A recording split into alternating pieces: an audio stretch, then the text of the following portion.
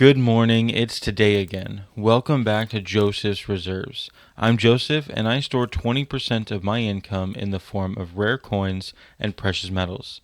Today I want to talk about something that I think goes much deeper than stacking gold, because I don't think people buy gold for the reasons they think they do. Most people say they buy gold because of inflation or central banks or uncertainty or because they don't trust fiat currency. And while all of those things matter, I think there's something much older happening underneath all of it. I think human beings never forgot what gold actually means. Even after thousands of years, even after empires collapsed, even after currencies failed, even after we detached money itself from gold, human beings still instinctively return to it. And I think that says something profound.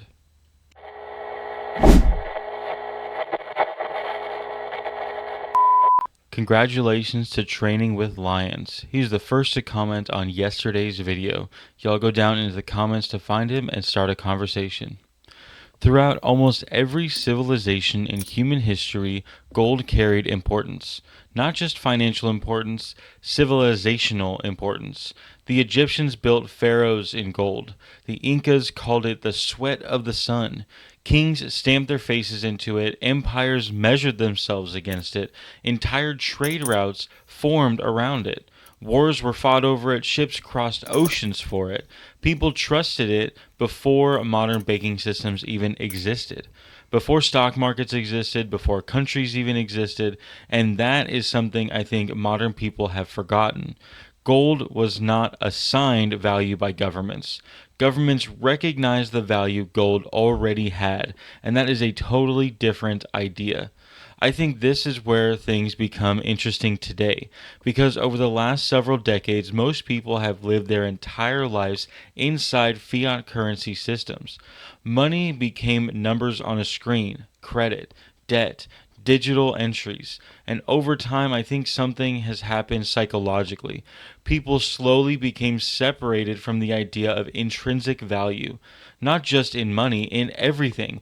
People stopped asking what makes something truly valuable. Instead, value became whatever the market temporarily decided, whatever was trading, whatever was popular, whatever could be inflated by attention. And honestly, I think that disconnect explains a lot of modern confusion around wealth, because when money itself becomes abstract, everything starts to feel abstract. But gold feels different. Even people who don't understand economics, even children recognize it instinctively. There's something about gold that feels permanent, heavy, important, and I think a part of that comes from scarcity. You can't print gold. You can't invent more with a policy. You have to physically extract it from the earth, and that process alone gives it meaning. Energy, labor, time, human effort. Gold represents real work condensed into a physical object, and that's exactly why even today people across the world still trust it. Not because they were told to, but because deep down humanity remembers. And this is where I think the type of gold that we buy becomes really interesting, because modern bullion and historical gold almost represent two different chapters in the same story. Today, people buy gold eagles, gold buffaloes, modern bullion bars, and those pieces represent a modern trust, modern liquidity, modern recognition. They're efficient, they're simple, widely accepted, and there is tremendous value in that.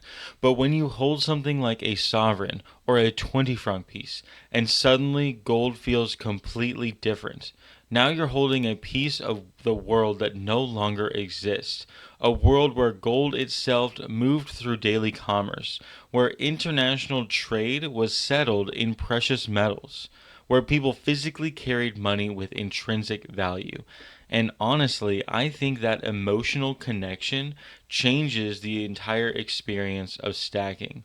When I hold a gold sovereign, I don't just see the gold weight, I see the British Empire, global trade routes, ships crossing ocean, banks settling balances in gold, entire economies operating on trust in the metal itself.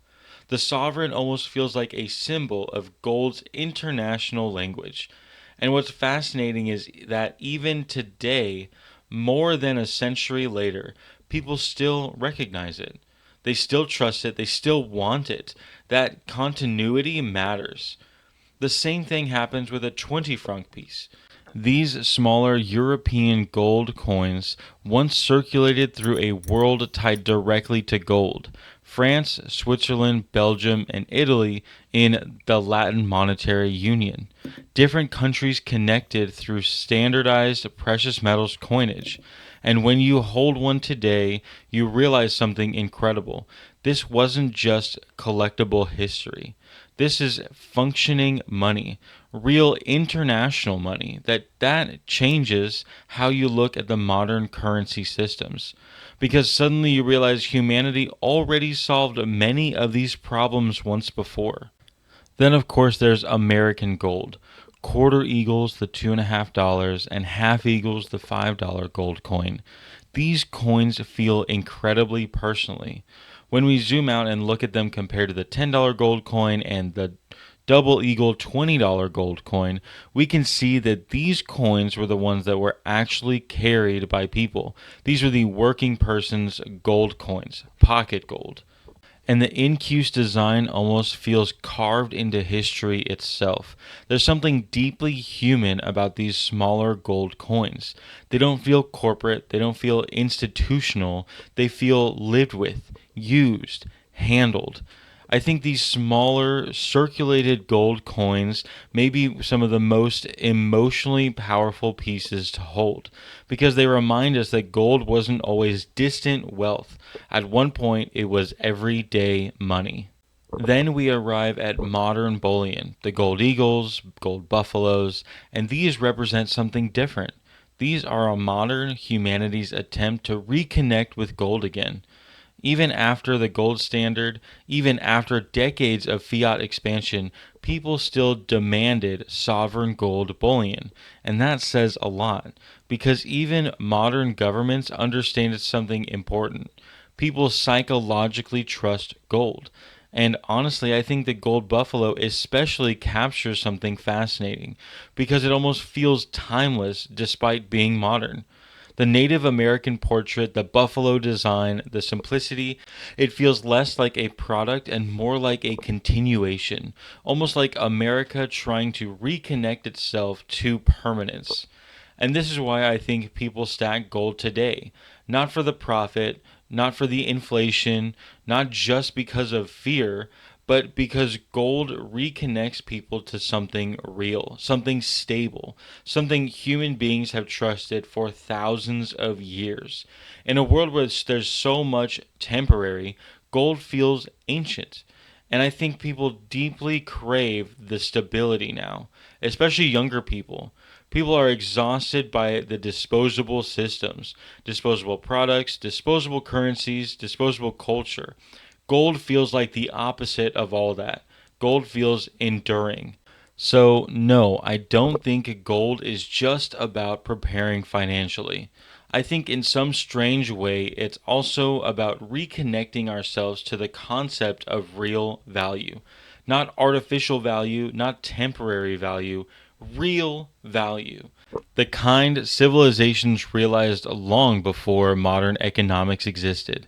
And whether it's a sovereign, a 20 franc, an Indian head, a gold eagle, or even a gold buffalo, every piece tells a part of that story.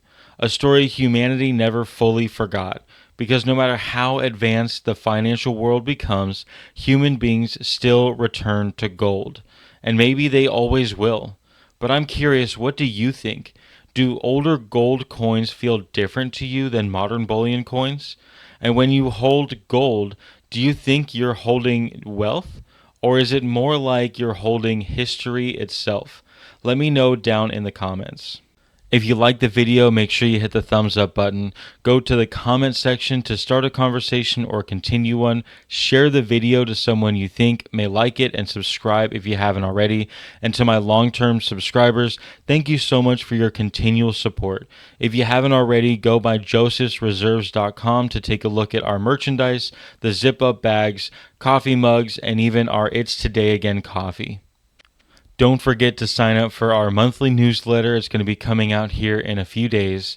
But most of all, thank you so much for watching. And just remember, every ounce adds up. So no matter how small, just keep stacking. You can now write me at Joseph's Reserves, 10160 Highway 242, Suite 800, number 401 in Conroe, Texas, zip code 77385. Make sure to include your information so I can write you back.